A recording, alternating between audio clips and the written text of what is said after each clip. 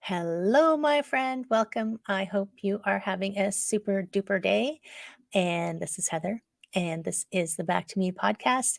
And we are talking to yet another amazing human being who is going to tell us lots of good things on how we can be better at what we want to be better at, right? So, today I am welcoming Michelle. Oh my God, I forgot to ask you how to say her last name. Riechman, you say the Riechman. E. It's tricky. I was going to say Richmond. Yeah. All right. So, well, after I butchered your name, welcome. Thank you so much for having me. And most people do. My maiden name used to be Jones. I'm like, can't we stick with Jones? Everyone can say and spell that one. It'd be so easy. So Yeah. easy, Michelle Jones. Okay. Well, we've got to have challenges in life. Otherwise, we get bored, right? Yes. Yes. And it's so funny. That's not where I wanted to segue. I didn't want to segue straight into, you know, things to challenge our bodies to make them healthy. But save that, put that one on pause. Um, before I dive into all the fabulous things I'm always super curious about how you got into what you do. And that also, funny enough, helps people understand what you do. Yeah. So I have my degree in physical therapy and I currently do online personal training and health coaching. But so I have 4 kids now, but after I had 3 kids, I really struggled with my health and really struggled to just find the time. You're trying to keep these little humans alive, fed, the house not completely destroyed. And it gets really easy to put yourself on the back burner. And I think whether you're in a phase of life with little kids or older, like life is just so busy. And the easiest thing to do is to put yourself on the back burner and not take care of yourself. Because a lot of things in our health we don't really see right away. So maybe if we're not eating the best or not moving, we don't see that negative effect right away. So it gets easy to do that. But I was going up a flight of stairs and I was out of breath. And I was like, oh my goodness, I'm like way too young to be out of breath just from a flight of stairs. But what can I do and fit it into my day? So I started with really short, quick workouts, about 10 minutes, and really just built up my strength because I was thinking, like, if I just need to go up a flight of stairs and not be out of breath, I don't need to go out and run a 5K or do anything big. I could keep it simple and keep it small. So I did that with my exercise. And then I started to do that with my nutrition, really just going back to the basics. And that is sort of how I work with my clients, really trying to keep things simple and doable, and also in a way that feels good on our body. A lot of my clients are in their 40s, 50s, or 60s, and you get these aches and pains that start creeping up, Oh and my you get gosh. scared to exercise, scared to move. You don't know how to start.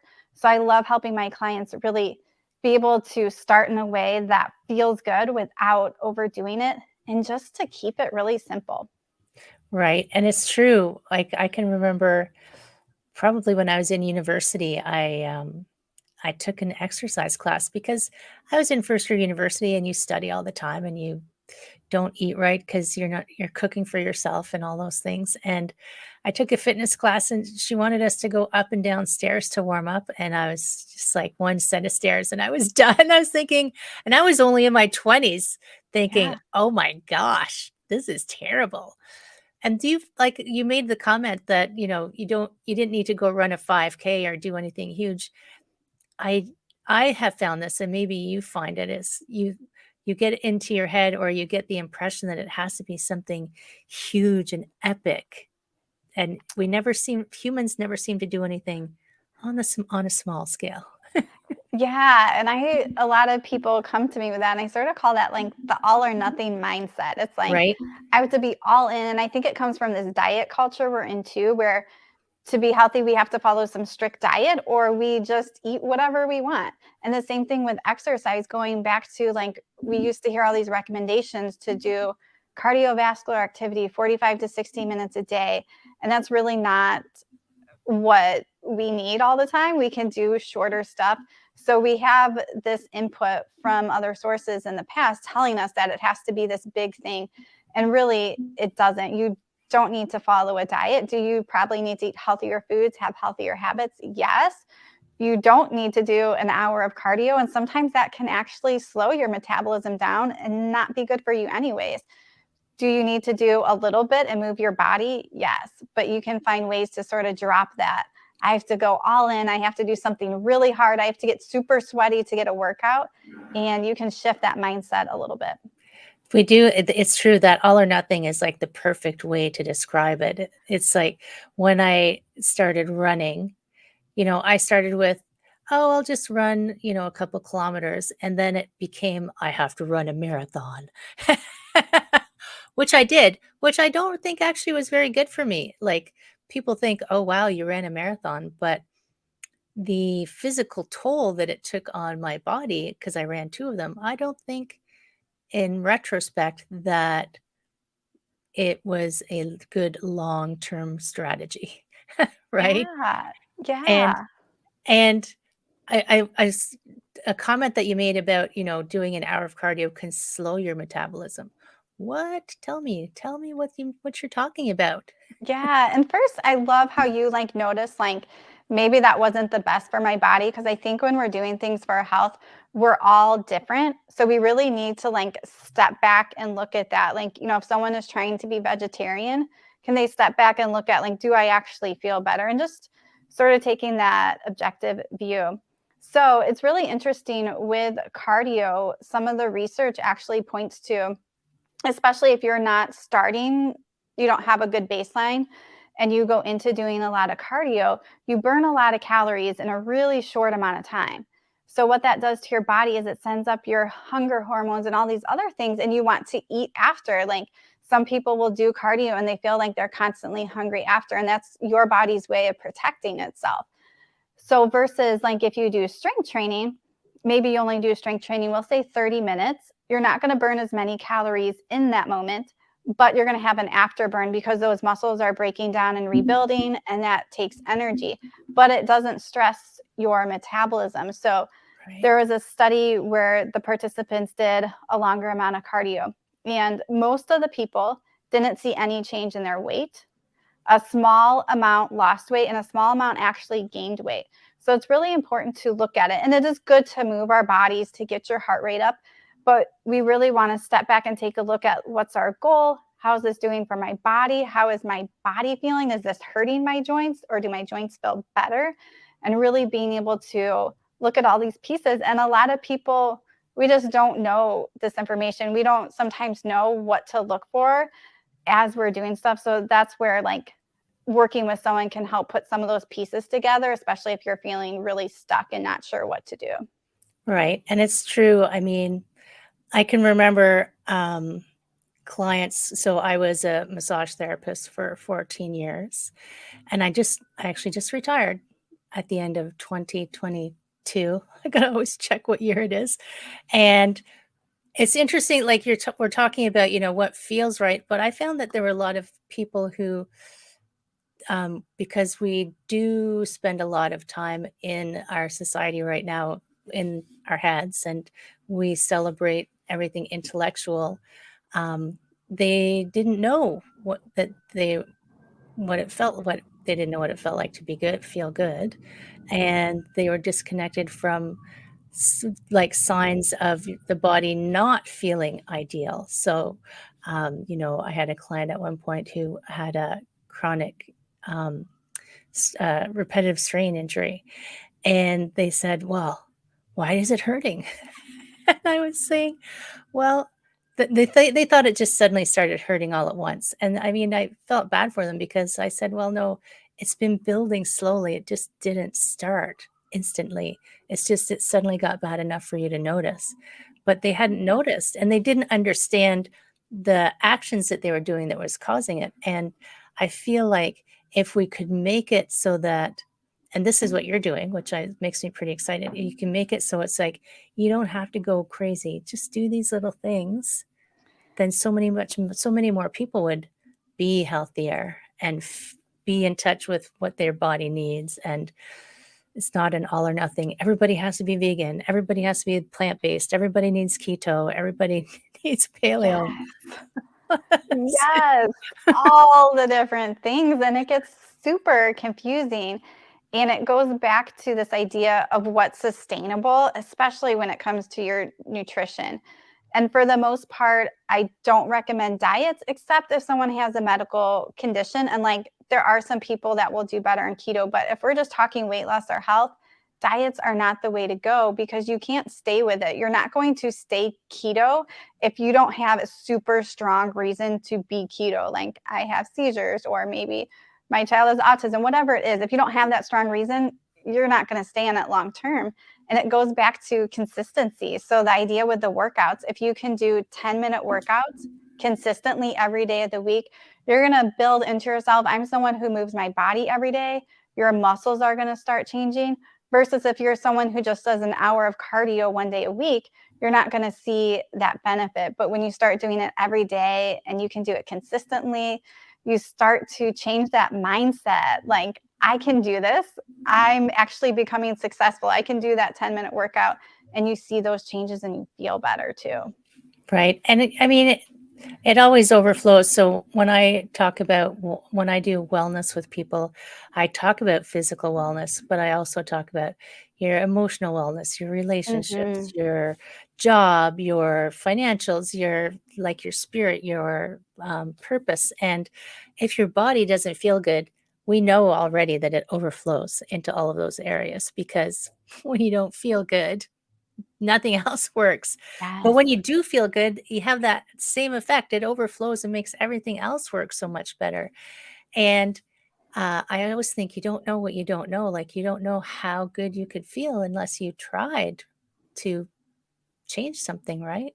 Yes. Yeah, I love that. You're not going to know till you can actually make that change and really stick with that change. And I think especially when it comes to health, that sticking is the hardest part. So it just Right. goes back to the idea of what habits can I change to make this stick? So imagine if someone tends to eat, we'll just say, a big bowl of rice with dinner, and they want to lose weight. Well, what if they just ate maybe half the rice and they kept everything else the same? So they're just changing one little thing. They're going to start to see that result. They don't have to follow some super big diet or do something extreme. When you can start to make these little habit changes in your life, that's where you'll see it pay off, because you're going to stick with it. It's going to be more doable. It's going to feel like something you can do instead of something that is so overwhelming. Right. Yeah. I can remember the first time I decided I would go on a diet, and I didn't know anything at the time. And it was like trying to learn Latin or something. It was just it was too much. And it was way back in the 90s. It doesn't seem like the 90s should be that long ago, but yeah, I know that it is. But Yeah. it's true. And and I've I think I think about a few things, like small changes will accumulate to Mhm. bigger changes in your life. Like, then you won't be overwhelmed. Like, you won't overwhelm yourself. Your mind. You won't overwhelm your body, like you were saying, where you lose too many calories too fast and it goes Yeah. crazy. But also, oh yeah, where did my thought just go? Phew. Did you see it? It went out the side door. Overwhelming Oh, thoughts. Oh, habit stacking, habits. So, you probably read James Clear's book on Atomic Habits. Everybody yeah, has. But if you yeah. haven't, it's okay. Don't feel bad if you haven't read it. But it's like pairing it with something you already do, because changing is habits are just things we do without thinking, right? Mhm. So I remember the other day I thought, well, I'm not going to eat any chocolate today. And then I was sitting there, I'm like, "Oh my god, I just had a piece of chocolate." So I hadn't even realized what I was doing. I'm like, "Oh my god, I have a habit." And Yeah. we develop them on purpose because our brains are good at just automating things. Mhm. But to change a habit or to create a new habit, if you can pair it with something you already do, it makes it so much easier. And Yes. that was such a brilliant thing for him to maybe identify. Maybe it was already known, but, so do you find there's things that help people, so that, like, just eating slightly less rice, or maybe only 1 dinner roll instead of 3? Yeah. Yeah, yeah. So with my clients, I typically take it from a habit-based approach.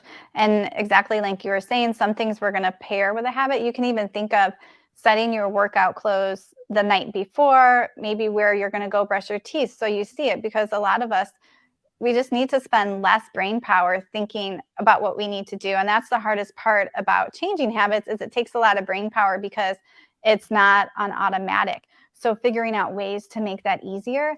And when those struggles or bumps come up, being able to talk it through and plan again, like, okay, maybe that didn't work setting my workout clothes here. Maybe I need to do this, or figuring out these different things so you can find a way that your brain is going to remember to do that, so you can use less brain power. One of my clients, she's in my membership, and she started, so I'm not working with her privately. She's in this sort of group membership, and we do group coaching calls, and she has workouts and stuff. But she's like, yeah, she's like, it works. All this stuff you're saying. She's like, I lost 5 pounds, and I'm like, I'm not dieting. Like, I just tweaked my protein intake. I like did this little thing. And, you know, and you do these little things and it starts to work, and it feels so shocking because we're just so used to like having to see this dramatic change, like having to do this dramatic thing different and see a big drop right away. And it really doesn't have to be that way. You just have to really tune in on what you need to do, because you're not going to change a bunch of your habits at one time. Really focusing on 1, 2 things that you want to change or add into your routine. And then once that becomes a routine, once it becomes a habit that doesn't seem hard anymore, then add something else on it. And just so everybody knows, usually that takes more than 21 days. We always hear 21 days for a Yeah. habit. And most of the time, it's going to be closer to 2 or 3 months for that really to feel like a habit where you don't have to think. And I think the other area clients sometimes get caught up in is seasons change. So these different seasons in our life, you know, maybe if you're a mom who has kids going from the school year to the summer, or even if you don't have kids. And I recently moved across the country. And so that's a different season. And I've had to adjust. So you almost have to relook at some of these habits you're doing, and making sure as your life is changing a little bit that you're changing and readjusting those habits if you need to. Yeah, I was thinking seasons in 2 ways, like season of life. So Yes. I'm in my 50s. I'm definitely not, actually, I'm in better shape than I am than when I was in my 20s. So, but in Woohoo. general, I'm not going to do what in my 50s what I might have done in my 20s. And also seasons of the year. So I live in Toronto, and it's winter, or when winter comes, it's cold and there's snow on the ground. So you have to adjust. Like, it's too dangerous to go for a walk right now. Yeah. So, what can I do at home? Or it's too hot out because it's July and I'm gonna, the air quality warning is out, so I can't go out. So what can I do? But I had a client once who I was working with who um, I said, this was, and this might work for some people, this was what this person needed, because she would say, well, I just don't know what to do. I said, well, have a bunch of Rolodex cards and write down stuff you like to do and just pick one out and do that. So then like you said, it takes brain power to think. So I said, you don't have Yeah. to think, just put it on some cards and pick one. Like, if it's a sunny day, pick a sunny day card. If it's a rainy day, pick the rainy day card. And that worked for her. But Yeah. some people want it, done differently. It depends how your brain works. Yeah, I sort of think having a master list like that, and I have a meal planning made easy. It's a free workshop. You can catch it on my website. But the idea of that is you make this master meal list, and I teach you how to do that. So you're listing out all the things you like normally eat. Maybe you look up some other recipes. You can organize it into quicker or longer meals, but you're basically doing this brain dump. So then when you go to make your meals for the week, you're looking at this master meal list and you can just transfer it, and it makes it super easy. So you're not thinking, what are some things we eat? What should we have? Because you Right. have that list right there. So having that for different things, just like you were talking about, can really be helpful. Yeah. And did you say you have a free master class? Yeah, so it's just called Meal Planning Made Easy. It's on my website under freebies. So that's just a great resource. And it teaches you how to plan a month of meals in 30 minutes. And I've Whoa. been doing this for a while. And usually, like, once you do it once or twice, I can do it in less than 30 minutes and have all those meals planned out. And it just goes back to that idea of less brain power and really like, how can I keep my meal planning more simple? Because we are going to eat every day. Yeah. And a lot of times, if we don't have a meal planned out or don't have something in place, we're grabbing fast food, we're just grabbing some junk food, we're grabbing something that's easy. So, if you can take the load off your mind and just do this quick planning and have it out, and you'll still have to grocery shop, but you'll have it all there and it just makes it easier and it really brings just more ease into your life and can help you stay focused on your goals. So if you want to eat healthier and you have these healthier meals planned, that's going to be a lot easier. Well, and I remember at one point I was the person who said, "Ah, but I just don't know what I'm gonna wanna eat that day." And then, that day comes and you're hungry and you do the thing you should never do, which is find something to eat while you're starving. And never shop Yes. hungry. Never shop hungry. You can't think straight. And Hmm.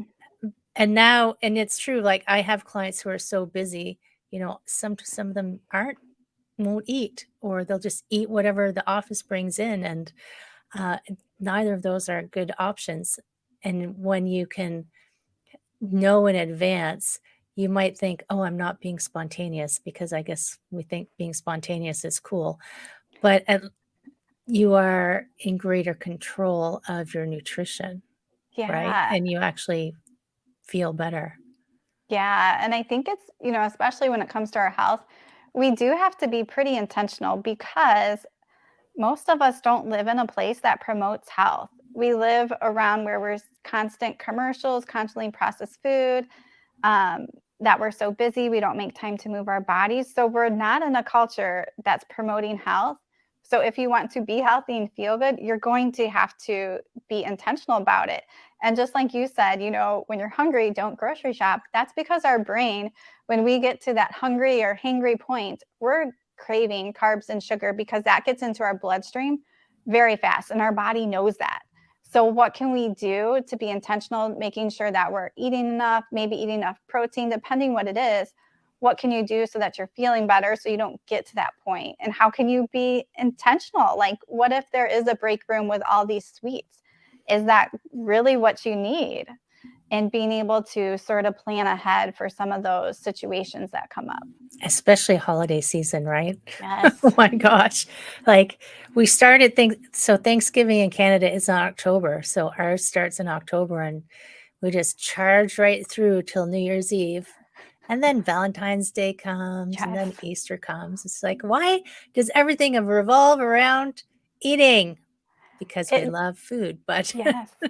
Yes, and they can market it too. It's like, I mean, you see it going up, and I think the way they market it has just been they keep adding more sweets and these different things that they're promoting. And there's all these holidays. And especially if you have kids, man, it drives me crazy. They like have these school parties and then they're like making up more parties, like 100 day of school and like, man, how much more like candy and sweets do you guys need? But again, like that's just the culture we live in. And we go to people's birthday parties, retirement parties, whatever it is. And it can be centered a lot around food, but you can also step back and look at like, what is the real meaning of this? Is it celebrating this person? Is it having conversations, getting to know people, and trying to think about what's the deeper meaning of some of these holidays and get togethers and focusing your attention more on that and just not the food?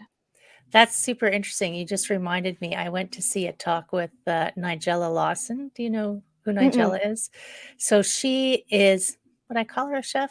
She is from the UK, and she had a TV show, a cooking show, Okay. and, people she has a few cookbooks. People say she made cooking sexy. So she's very passionate about cooking, and, like, she has some really good cakes, let me tell you, but don't go there when you're hungry. But I the talk with her, she was talking about that exact fact. She said, "Don't worry, don't try to Martha Stewart every meal, don't try to over the top and, have, like, this appetizer and that appetizer, and this is fancy and that is fancy. She said, when you're gathering together, it should be gathering together and the food is secondary, even though Mhm. she makes her living off of food. But I thought it was just such an interesting perspective to shift because advertising has shifted our perspective to, are you serving the best, whatchamacallit, at your table today? And is it the most rich and decadent and delicious and et cetera, et cetera? And maybe that's not what you should be doing, right? Yeah. Yeah, and again, it's just something you have to be intentional about because that's just not how our culture and our parties are. But there's a deeper meaning to why we get together and have birthday parties and celebrations and holidays. And we can sort of get back and just do that little mindset shift before we go somewhere. Do you have strategies that help people, like, get ready for these things when they're going out? Yeah. So, one, just like I said, starting with that mindset shift first. And two, also pre planning. So, especially, if someone's working with me more for weight loss and health, um, making sure that they're eating something before they go, especially if they know there's not really going to be much healthy food, making sure they're having some protein and vegetables that have fiber in it. So you're getting that little bit of better start and you're not going somewhere starving. And then really being mindful, like, what do you want to eat? Like, do you have a favorite treat? Or maybe like mashed potatoes are your favorite, and keeping that in mind and allowing yourself to have it and not feel guilty about it. Right. So you can do that, but just being mindful, like, okay, I don't need a little piece of everything. I don't need a big serving of everything. Being mindful how you can sort of pick and pre-plan what you might eat, especially if it's at a holiday where maybe this is your grandma's favorite or aunts or stuff that you're going to want. Think about it ahead of time. Make sure that you don't go there starving. Eat stuff guilt-free because the guilt and shame people feel from like eating stuff doesn't help move you forward. So even if you end up overeating, being able to release some of that, and you might need to talk through it, but being able to step forward, because when you get stuck in that guilt and shame, you're not going to step forward the next day and do what you need to. Because we can't eat cookies, we can't eat sweets, we can't eat ice cream, we can't eat some of that. We can't eat it all the time and feel great, but we don't need to feel bad when we have a little treat. Yeah, I remember, I was once reading an Ayurveda book, like, Yeah. Ayurveda nutrition book, and I was reading for my dosha, and it was like, "I can't eat anything," which, of course, with me, that meant, "Oh, yeah, watch me." But, and it's true, we and as soon as you deny yourself something, then you want it. Like, Mhm. you're just looking at it like, I can't have it, but I want it, but I want it." And if you give yourself a hard time and feel guilty about having it, then you're just gonna consider yourself as having failed, right? And Yeah. then you get that, "Well, why do I even bother?" And Mhm. so then you start telling yourself a story around it, and then that escalates and spirals until you're back where you started, Yes. which is kind of a bummer. Yeah, and it doesn't move people forward, and I think especially when you're going through something by yourself, you may not notice it because when you start to speak these things to a coach or to someone else, and I mean someone else is listening like, what are you saying to yourself? But we Right. don't hear it when like those thoughts are going on in our head, and sometimes we really need to say those out loud, or maybe you could journal it, but get those thoughts out of your head, talk it out with somebody who can help bring you back to some reason and just see things that you're not seeing. Is that so your membership group, is that part of what it's doing, is, like, giving that, "Don't give yourself such a hard time"? Yes, definitely. Yeah, I include that. So we do group coaching calls, and then also with my private clients, I'll do one-on-one calls where, some of those clients were working through these things too. But yeah, that doesn't move you forward. And it's interesting when I hear people say some of these things out loud. I mean, I'm thinking like, do you hear what you're saying? I don't say that to them, but we talk through it because I have things too where I'm telling these stories in my head and I'm not really aware how terrible I'm talking about myself or thinking about things. until I talk to someone else or start journaling it or think it through. So that can really be helpful if you're feeling sort of stuck in that shame and guilt. Right. I know there's a practice where, you were talking journaling, like write down everything that you're saying to yourself. Maybe go away from it for a while, go back and read it out loud. And is that something that you would say if your friend was standing in front Yeah. of you? Would you say that to them? No. Then why do you say it to yourself? Yes. And that's a way to start noticing and catching yourself, right? Yes. Yeah, I love that, and I'll do that with people too. Like, would you say that to a friend? Like, do you think Yeah. that's really kind? Like, no, but we just say it to ourselves, and again, it's just first bringing that awareness to us, and sometimes we need someone to speak some truth into us because we're just not able to do that ourselves when we're sort of in that situation. Right. Yeah, that's so true. And so your membership was, I'm looking at my list, Healthy for Life membership. Yes. Wow. Because small changes, you can like make them last your whole life, right? Yes. Yeah, and so that's all what I'm about is I do help people with weight loss because some people do need to lose weight, but it's really doing it in a healthy way. And it's really just developing these habits that create health. And, I also talk about blood sugar with my clients or in my membership because we don't want to be on this blood sugar roller coaster. And especially as we get older, we're heading into menopause. If our blood sugar isn't well controlled, we can definitely see that get worse as we go into menopause. So being able to focus more on health, and that means things we can't see that's going on inside of our body, so that as we age, we're not having these chronic conditions creep up on us. So that's why I'm all about not dieting, really finding these healthy habits that we can sustain and learning how to move our body in a way that feels good and where we can keep gaining strength as we get older because our muscle mass is going to decrease if we don't do that. And we want to have strong bones, have strong muscles, and do these things so we can really be healthy as we age, especially as we go into menopause and as we get older and these hormones and things are changing inside of us. Right. Yeah. Menopause is like you get a whole new body. You got to figure out how it works now. Crap. Yes. What the heck? It's like puberty in reverse. It is. Like, So, they like to call it, like, the second puberty because, especially when you're in that perimenopause going into menopause, I mean, your hormones are, like, all up and down, and it's a big shift and a big time of change, and that season can take a little bit, but menopause is normal, and we are meant to go through it, and it's really finding a way to, "How can I go through this healthy? What lifestyle things can I do that can help this be a little bit easier?" mine was, how can I get through this and not kill anyone? Yes. Right? And, you have a podcast, which is well, it's not totally brand new, but it's pretty Yeah. brand new. Healthy Beyond 40? Yes. So, yeah, my podcast is Healthy Beyond 40 and really helping women over 40 start to take control of their health and develop these healthy habits, move their body, sort of help figure out their hormones a little bit and do that in a way that feels good and something that they can sustain. So, my podcast, we just have different episodes really giving you some inspiration and also information because sometimes we don't know things and we need that little tip so we can take that step forward. That's so true. You don't know until someone tells you. And then you have the, "Oh my god, what?" Yeah.